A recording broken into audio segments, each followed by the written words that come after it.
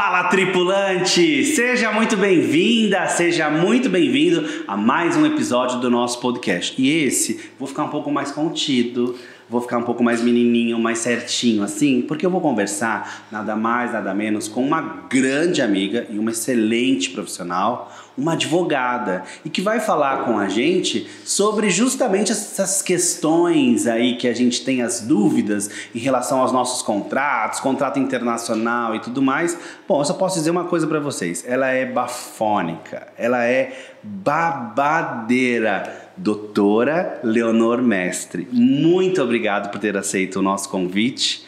Um prazer, uma honra ter você aqui comigo.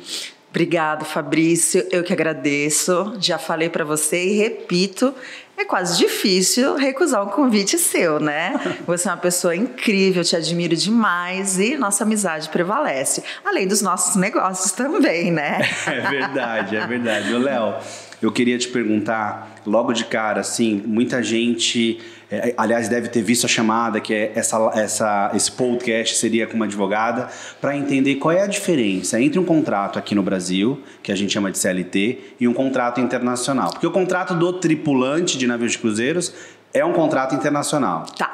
Eu vou falar assim, bem basicamente, óbvio, porque não é tão simples, você precisa se aprofundar muito, tem gente que se especializa na área de direito internacional e cuida mais dessa área. Então eu vou falar bem simples, de uma forma que possa ser entendida.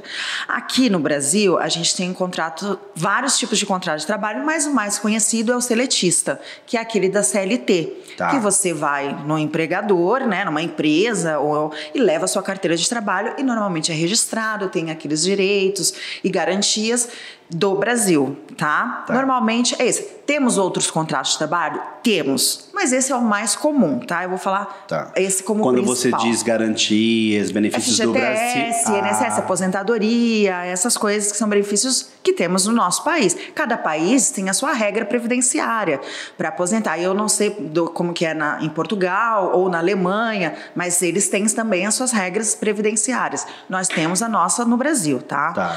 Então, assim, temos outros tipos de contrato, mas o mais comum é esse, é o seletista, que normalmente as pessoas procuram, né? Eu estou empregada. Porque ela já sabe que ela quer, é o que as pessoas sempre falam assim, quero trabalhar fichado. Isso. Porque ela quer ter uma série de garantias. Isso, é o trabalhar fichado, exatamente, é quando você está registrado na CLT, com isso tudo mais.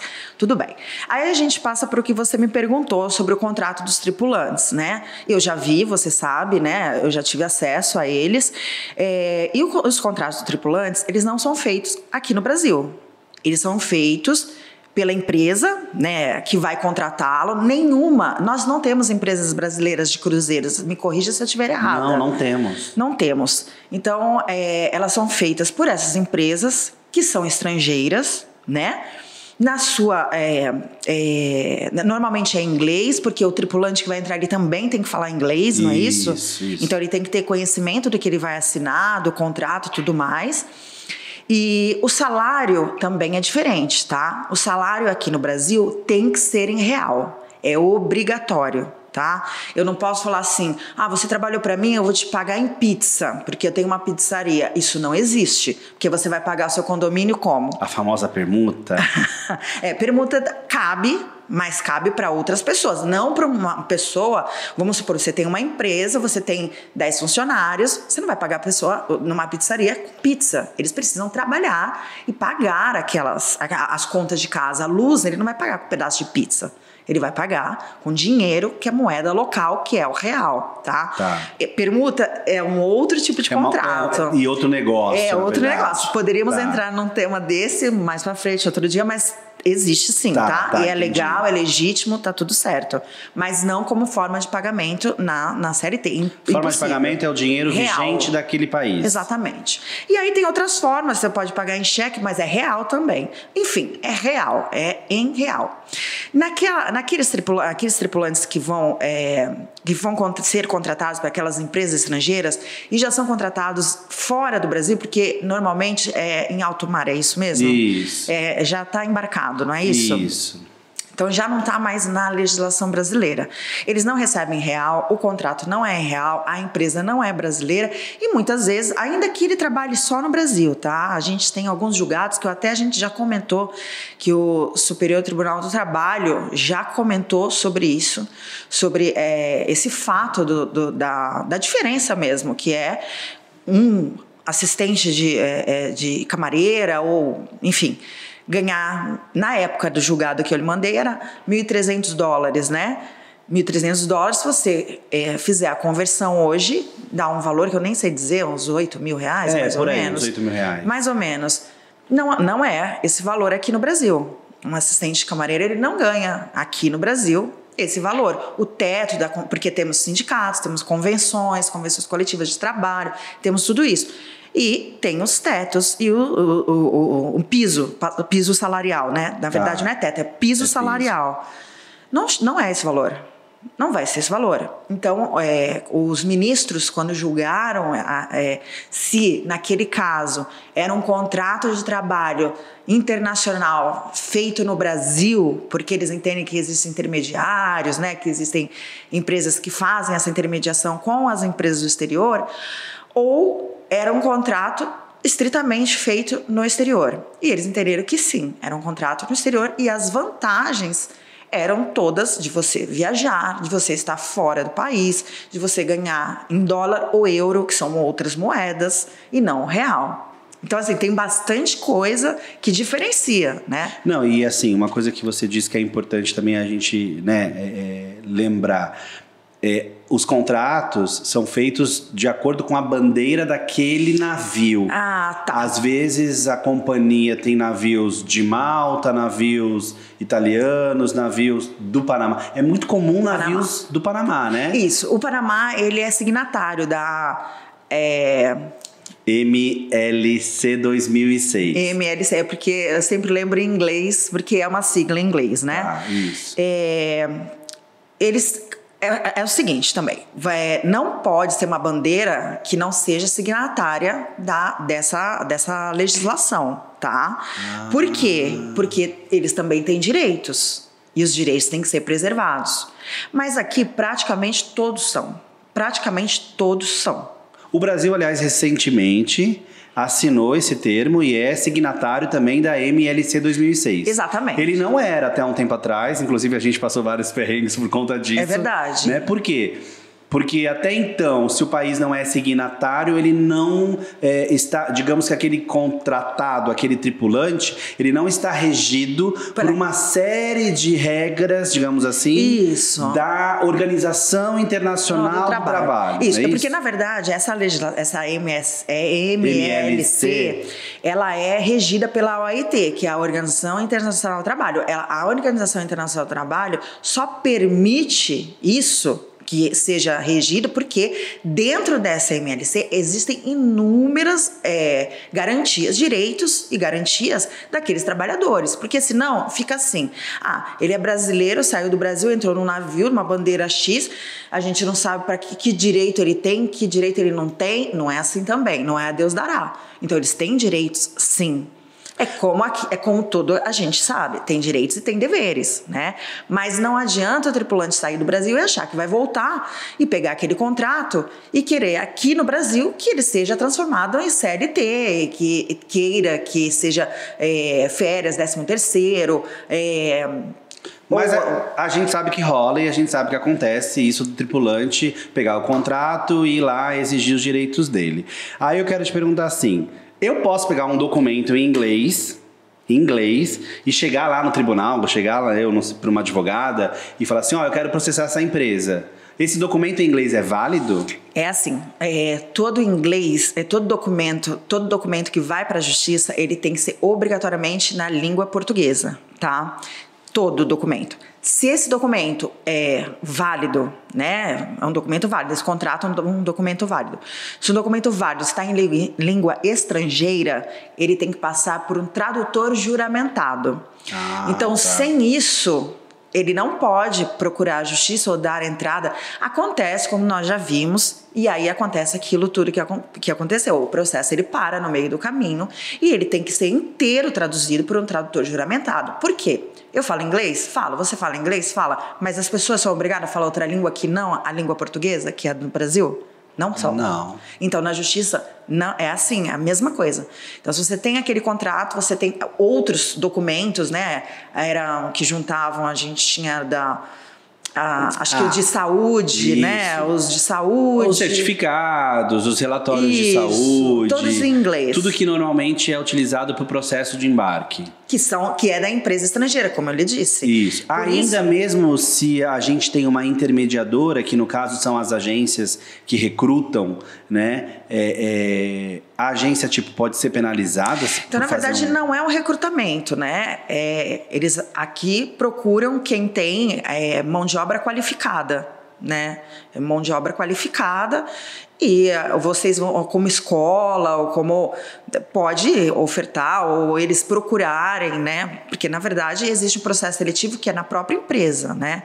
Aí, desse processo seletivo, eu não tenho muito conhecimento, você que vai ter mais, porque eu não conheço, tá? Não, mas de qualquer forma, o processo seletivo é sempre responsabilidade da empresa, né? Porque é a empresa que está indo atrás do tripulante, que está contratando. Exatamente. E o contrato, isso é importante a gente falar assim, o contrato é sempre entre o tripulante e a empresa, não tem intermediários. Exatamente, é isso que eu estou te falando, que assim, na verdade não tem essa intermediação que você está falando. Existe, na verdade, a contratação do tripulante pela empresa. Se a empresa não quiser, ela não vai contratar por inúmeros motivos. Você acompanhou uma época, nós vivemos isso juntos, onde toda hora na televisão a gente ouvia assim, trabalho escravo, trabalhou mais de tantas horas. Aí filmava a pessoa chorando, dizendo que ficava escondida atrás da pilastra para ver se o hóspede deixava uma sobra de batata frita para ir lá comer. Enfim, cenas assim absurdas, né? Quem não entende como funciona a vida nos cruzeiros marítimos e quem talvez nunca vai viajar, olha uma matéria dessa, pensa, meu Deus, estão escravizando esses brasileiros, né? O quanto é importante o tripulante conhecer os seus direitos, seus deveres, ter contato com a MLC? Não, é totalmente importante, é muito importante. É assim, e essa MLC ela pode ser mais dissecada, assim, sabe, no aprendizado, porque às vezes tem muitas palavras que eles também não conhecem e isso é complicado, mas de repente, assim, com um aprendizado, com uma dúvida que tenha, uma aula, prestar atenção nos podcasts, ou aula mesmo, né, e entender é muito importante, porque assim, ninguém é obrigado a ficar em nenhum trabalho que não se sente bem. Nenhum trabalho, seja no Brasil, seja no navio, seja em qualquer outro lugar.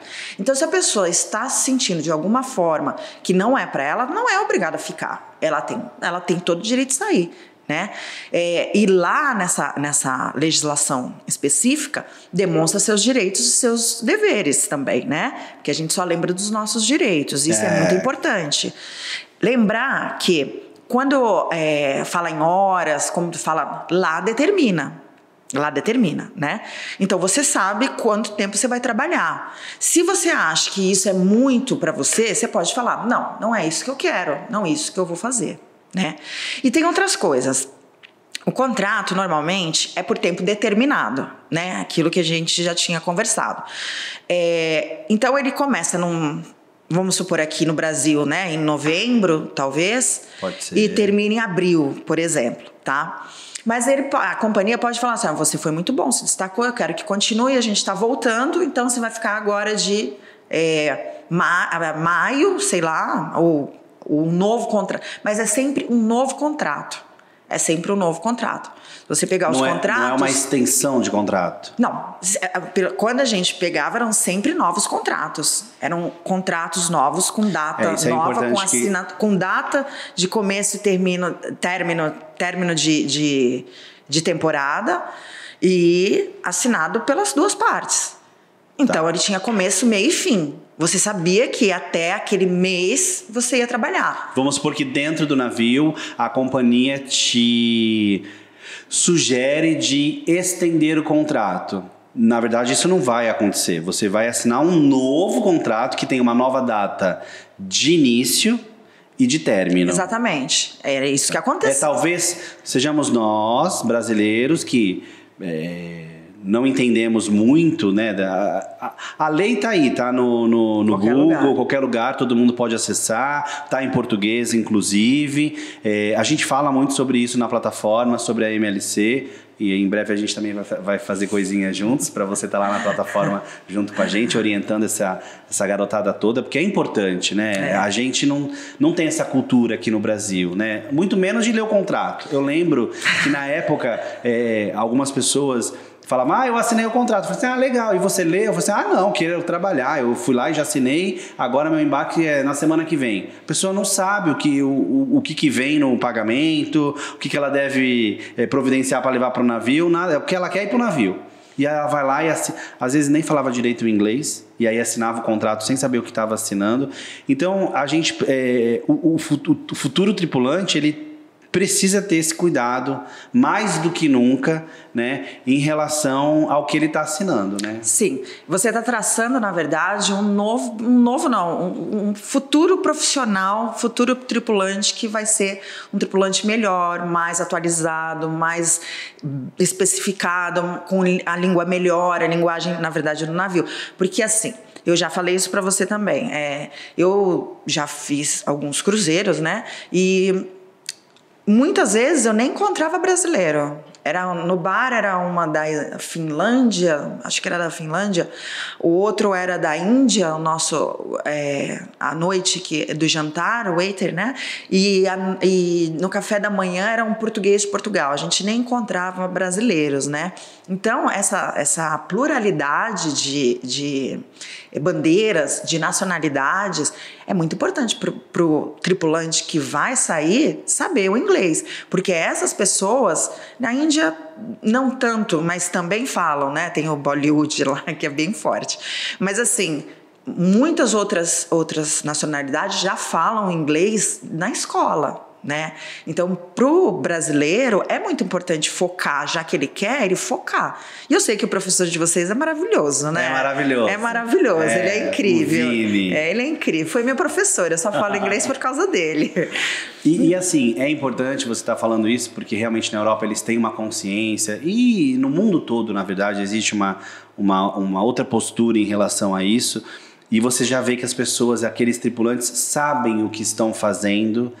Eles não contestam tanto, e não é porque são mais submissos ou subservientes, não é nada disso. Eles não contestam porque eles entenderam o que é o contrato deles e por que eles estão ali, né? Diferente dos brasileiros, ou de grande parte dos brasileiros, que até então, quando não se falava muito disso, quando não se tinha informação, agora tem, porque desde quando a gente chegou no mercado, a gente sempre tentou explicar isso de uma maneira muito objetiva para as pessoas. É claro que, como você mesmo disse no começo, é algo muito complexo, né? É uma linguagem técnica, né, do direito. Então, não é todo mundo que pode dar luz ou informar de uma maneira correta. Mas, de qualquer maneira, o documento, né, a MLC, está disponível para todo mundo pode acessar, todo mundo pode ler. É que se você imprimir, por exemplo, eu tenho impresso em casa, são mais de 200 páginas.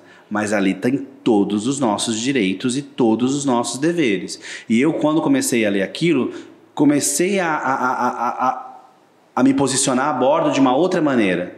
Porque eu já sabia, poxa, isso daqui eu não posso, exigir isso eu não posso, porque está escrito lá na lei, né? Por quê?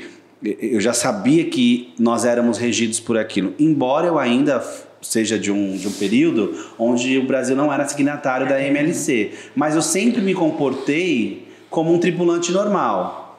Porque assim, só para você saber, e você já deve ter visto algum tripulante falar sobre isso.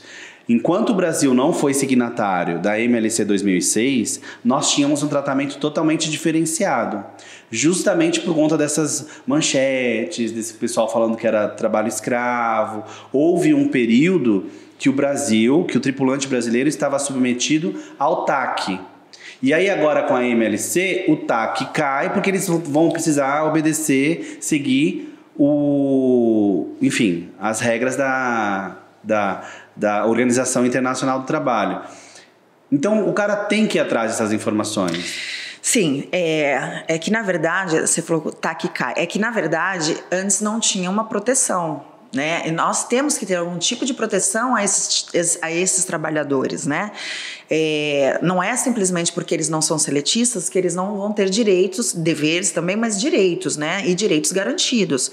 Então era necessário de alguma forma, né? O termo de ajustamento de conduta, que é o TAC que você está falando, que existisse de alguma forma alguma defesa para eles. Quando o Brasil passa a ser signatário, isso já ajuda muito, porque a gente mas o que vai contar, como eu te falei, no julgado do Superior Tribunal do Trabalho, os ministros eles entenderam que nessa pluralidade de bandeiras e de pessoas, de bandeiras não, de nacionalidades, de bandeiras não, de bandeira é o que na verdade é aquele que vai ver se ela é signatária da MLC. E aí vai aplicar aqueles direitos. Sim. Mas é sempre assim, algum direito vai ter que ter, garantias tem que ter, não é simplesmente joga lá e não garante nada, porque assim, a pluralidade de nacionalidades, né, às vezes tem de vários países,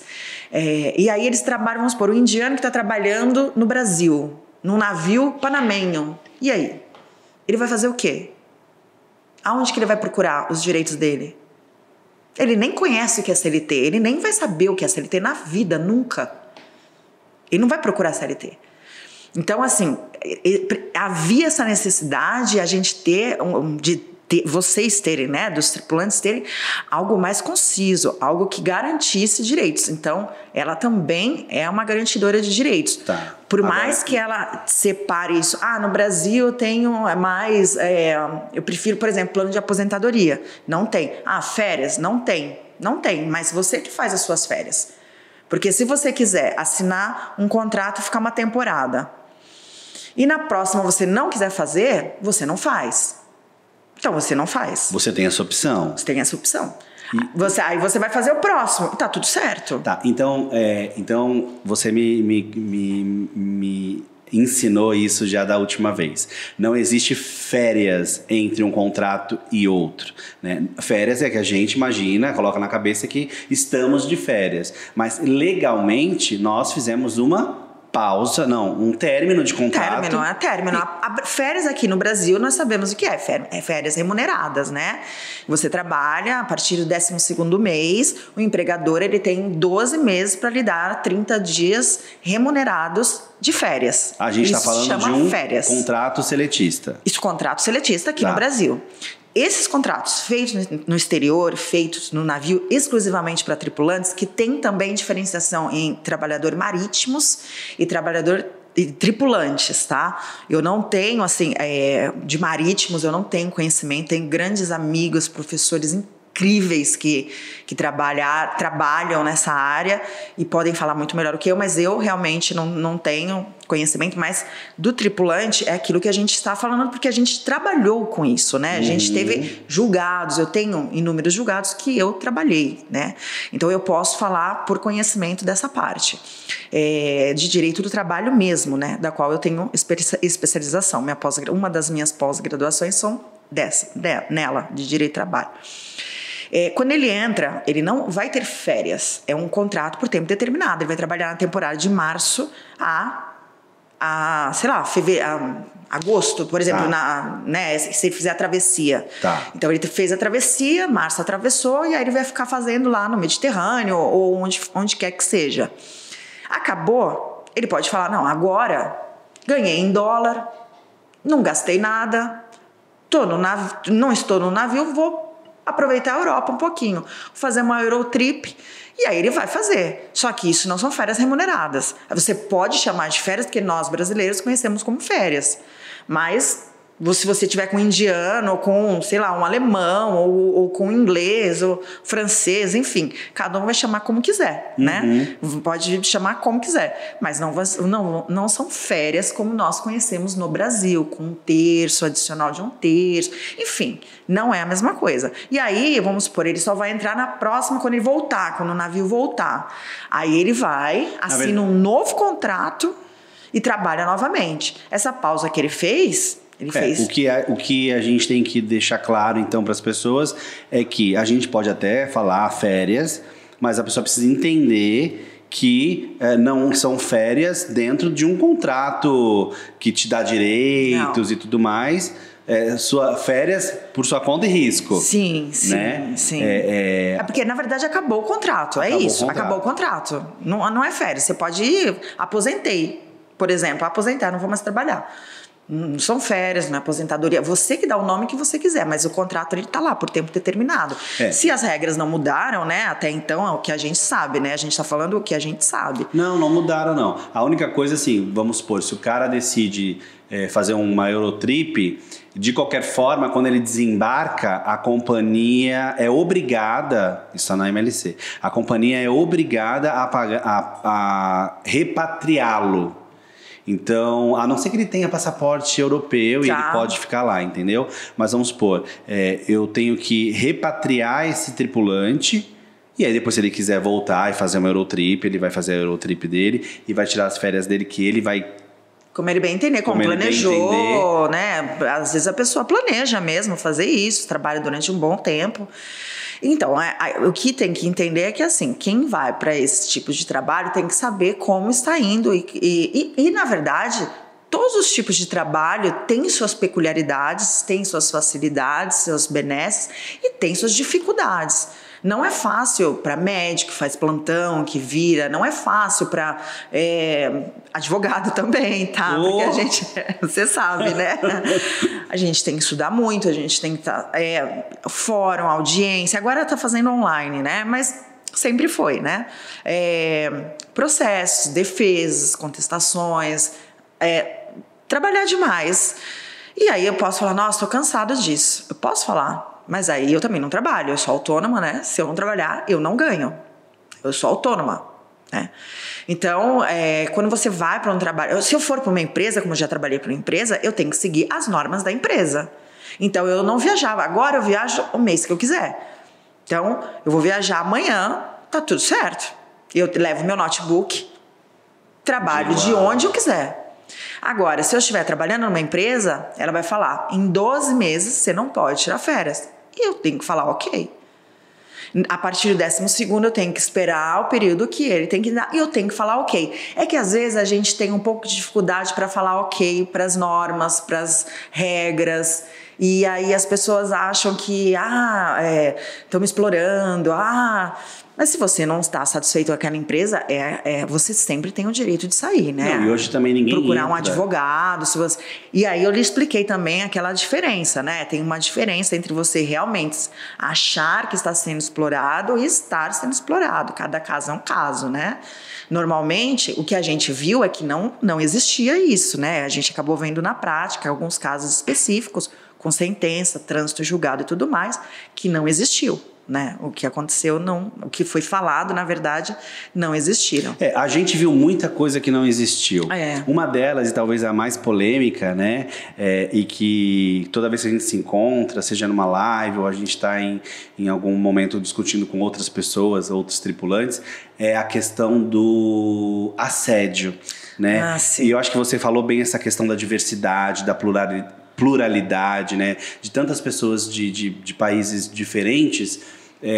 E a comunicação é um entrave muito grande, porque às vezes o modo de falar de um italiano vai ser completamente diferente do indiano, vai ser diferente do hondurenho, da mesma forma que é diferente a maneira que o brasileiro recebe a informação, né? Porque já estava mais acostumado com uma outra rotina, um outro trabalho, enfim.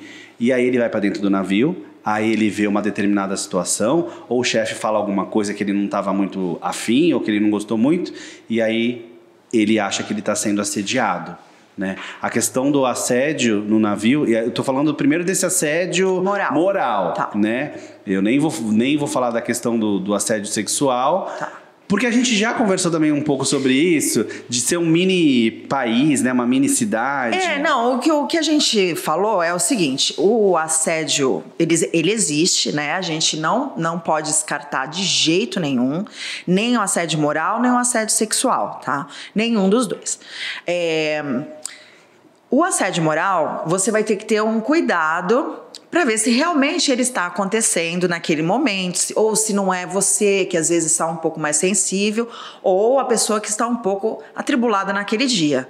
Se você vê que é uma situação constante, que aí realmente você tem para quem informar isso, né? Você tem o chefe de recursos humanos, diretor de recursos humanos a bordo, que normalmente ele tem uma patente igual a do comandante, do chefe das máquinas, do engenheiro elétrico. Você vê como existem os direitos? Existem. É isso. Toda companhia tem um chefe de recursos humanos. Então, todo tripulante, a qualquer momento, numa determinada situação, pode imediatamente reportar a esse chefe de recursos humanos. É isso que ele vai ter que ter esse cuidado. Ou se você começar a ver que é aquela pessoa fala mais grossa, eu tenho a voz grossa, eu conversando parece que eu tô brigando, e eu não tô brigando, né?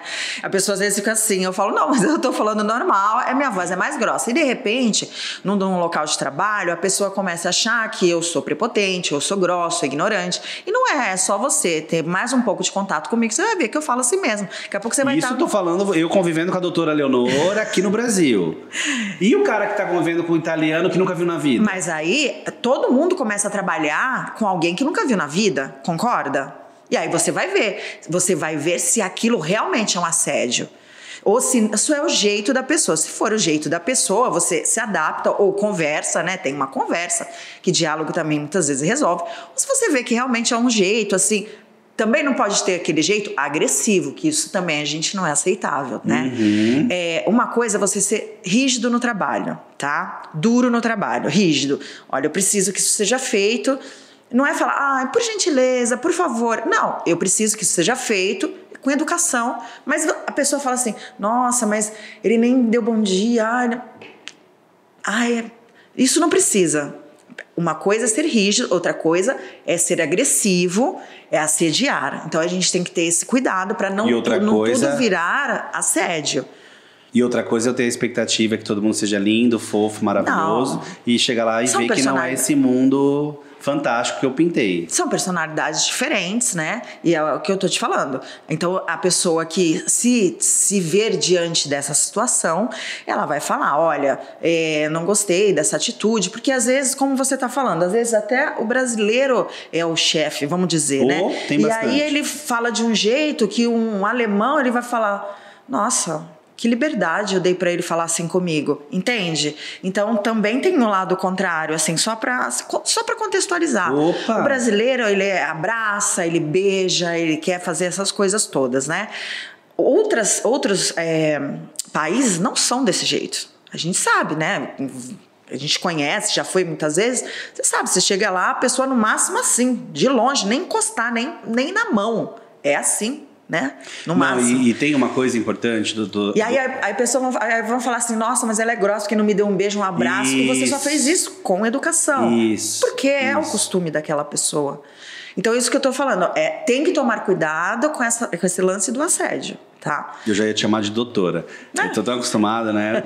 Mas é assim, acho que tem uma coisa importante, com base nisso que você tá falando, que é a questão do mercado que a gente está tratando. A gente está falando de turismo, a gente está falando de hotelaria.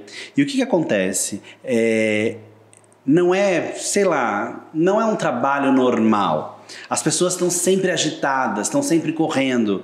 Ainda que para os hóspedes não demonstre que o backstage, que o navio tá todo mundo ali correndo acelerado, fazendo as coisas, mas nos bastidores é isso mesmo que rola, né? Para que todo mundo seja bem acolhido, para que seja confortável a experiência das pessoas, para que seja bacana. Só que aí, numa loucura dessa, no dia a dia, na hora de um evento, de um coquetel, de uma coisa importante, Eu não vou conversar com outro colega de trabalho, com um tripulante assim, oi querido, tudo bem meu amor, você poderia gentilmente descer até o deck 4, buscar algumas cadeiras para que nós possamos posicioná-las aqui de forma bonita, agradável, simétrica, para que os nossos hóspedes sentem e conversem. Meu, tipo, 5 minutos faltando pro evento começar. Eu não consigo fazer isso. É aquela loucura. Eu sou profissional da área de eventos. É aquela loucura assim. Desce lá na ponte 4, pega 4 cadeiras e põe aqui. Só que o que muita gente lê nisso? Grosseria. Ah, o cara foi estúpido. Então falta também um pouco desse entendimento. Onde eu tô entrando? Que mercado é esse? Que indústria é essa? É a indústria da agitação, da correria, da loucura mesmo. Aí, é o que eu te falo, vai ser o dia a dia.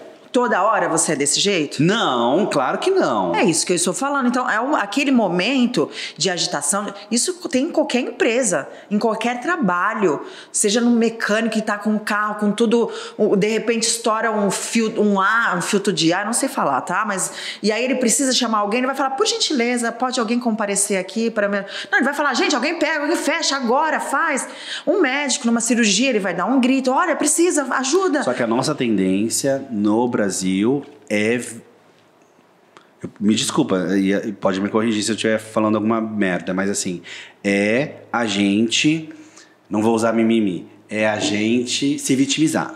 Não, então, é assim.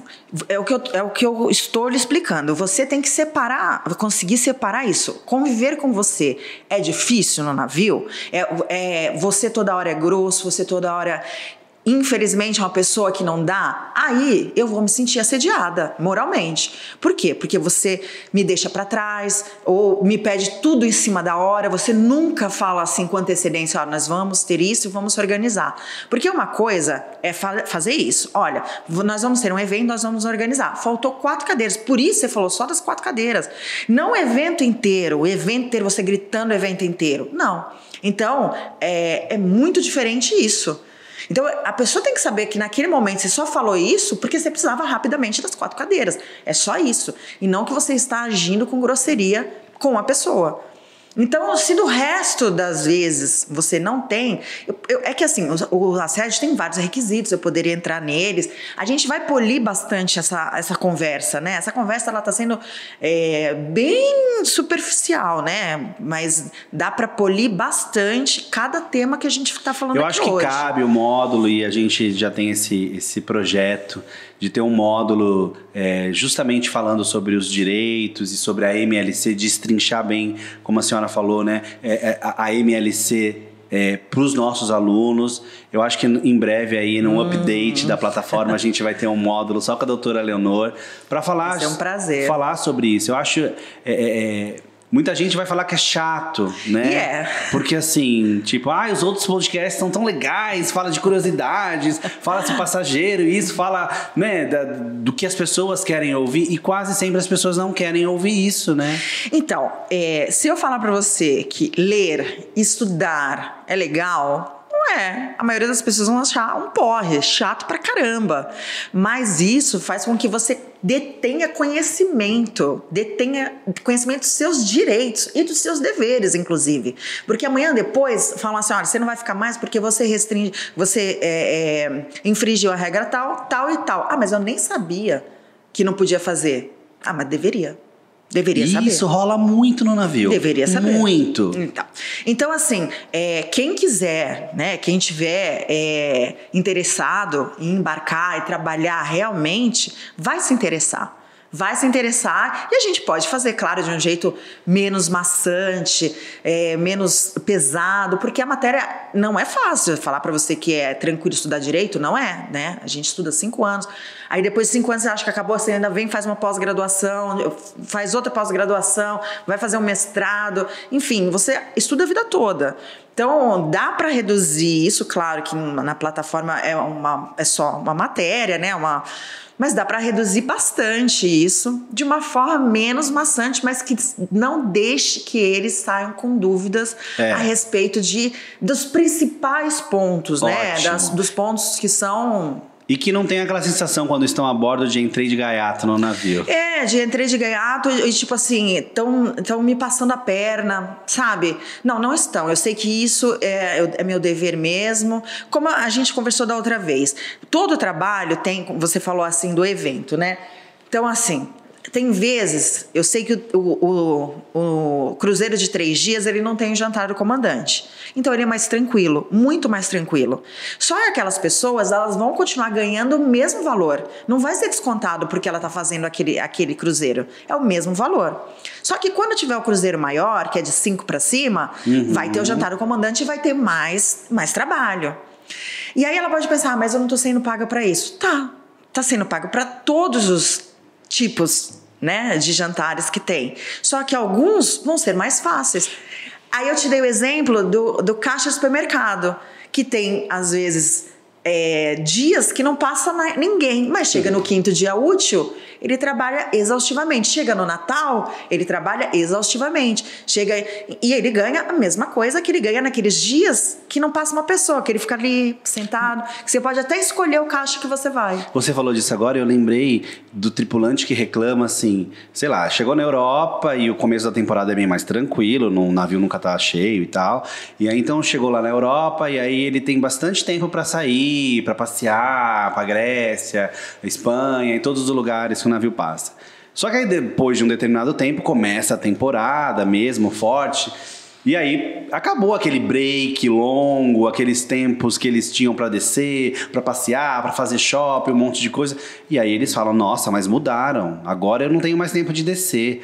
Agora eu não tenho mais break. Na verdade tem os breaks, é que as pessoas têm que escolher ou vai dormir, ou vai descansar, ou vai descer, ou vai passear. Tem gente que emenda e tá 24 horas on, tá tudo bem, né? Mas tem gente que fala que perdeu o direito de sair e conhecer outros países, outros lugares. Aí nesse momento você tem que saber quantas horas eu tenho obrigação de fazer. É o momento de você ter o conhecimento das suas horas. Bom, então vamos supor, eu tenho tantas horas seguindo as normas e seguindo a Organização Internacional do Trabalho, permitida pela Organização Internacional do Trabalho.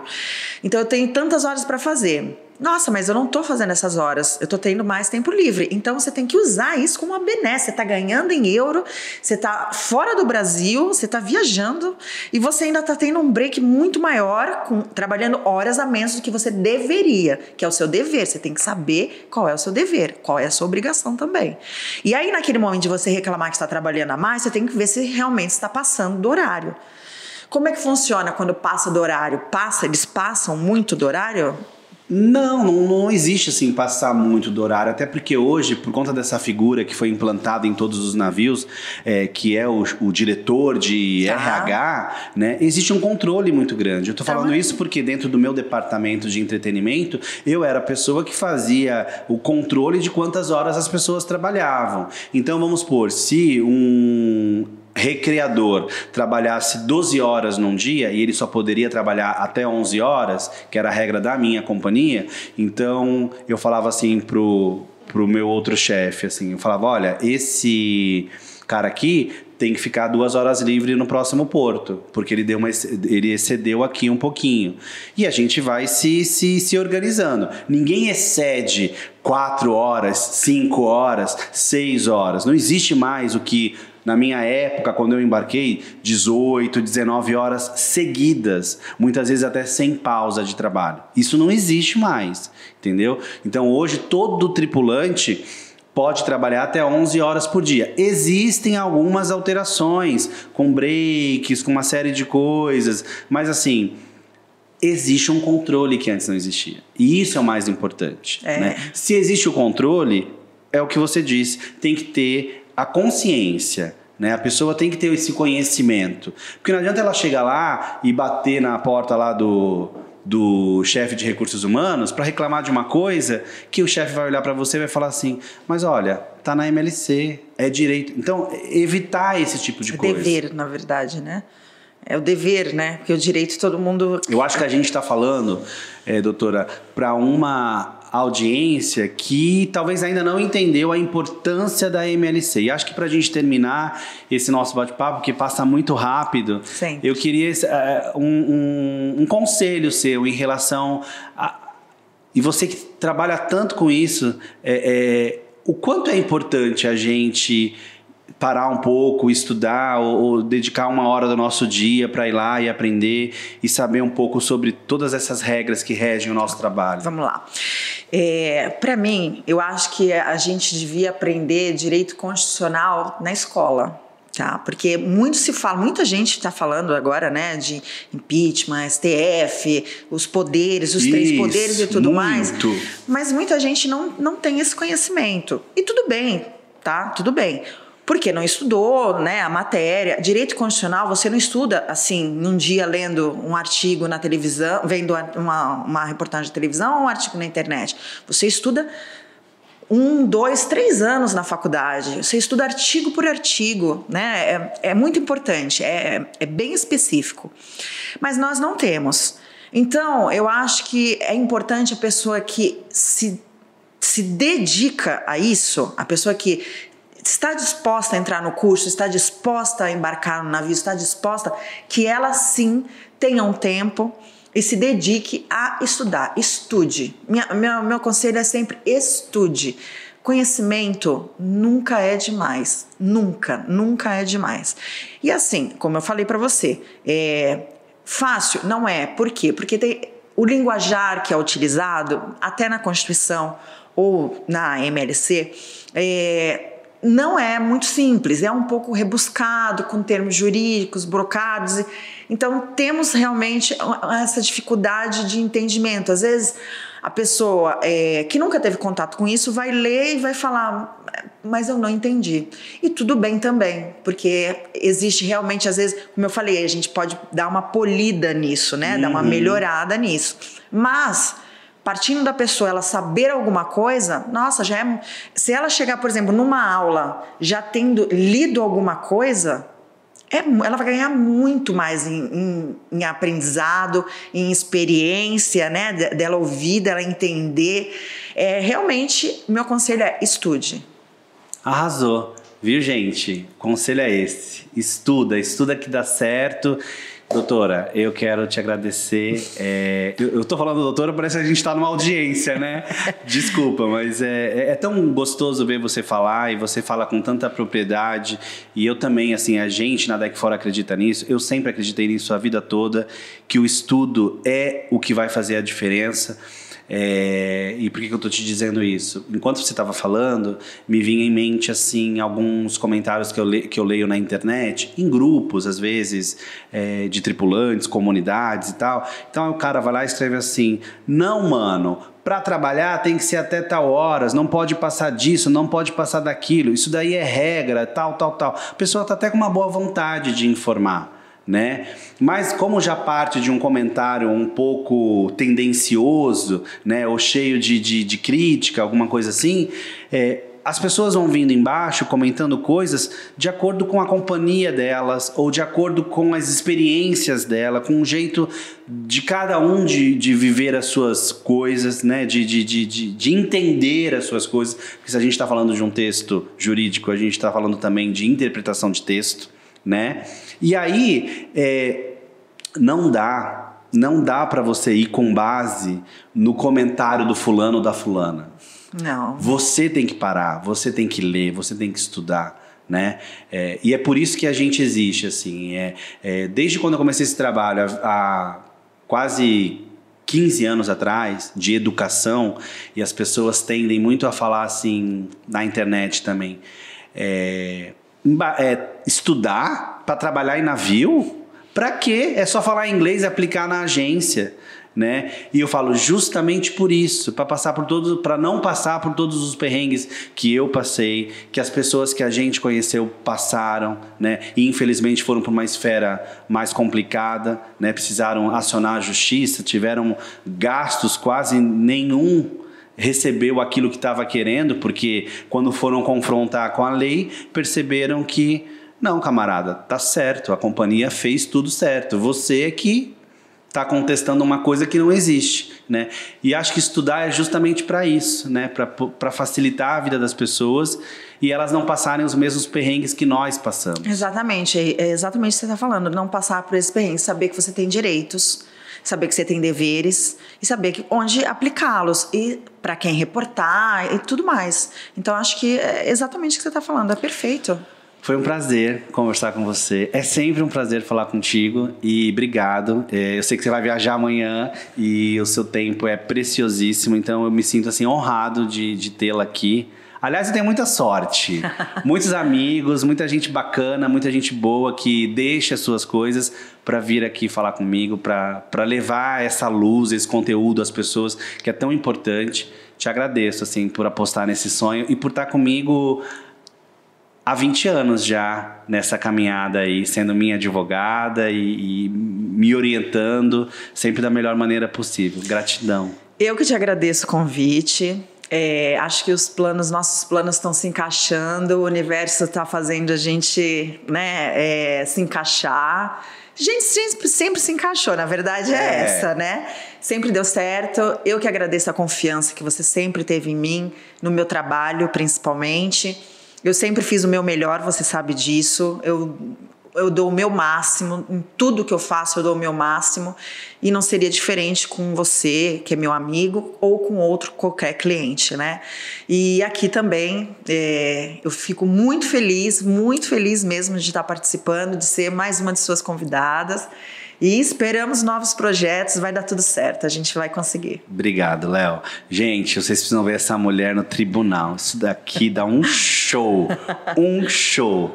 Olha, eu quero agradecer a sua participação. Obrigado para você que ouviu a gente, que assistiu a gente. Não deixa de se inscrever no canal, dá lá o seu subscribe, ok? Curta todas as redes sociais da Deck4 e na próxima semana a gente tem um podcast impressionante para você. Eu espero vocês. Tchau!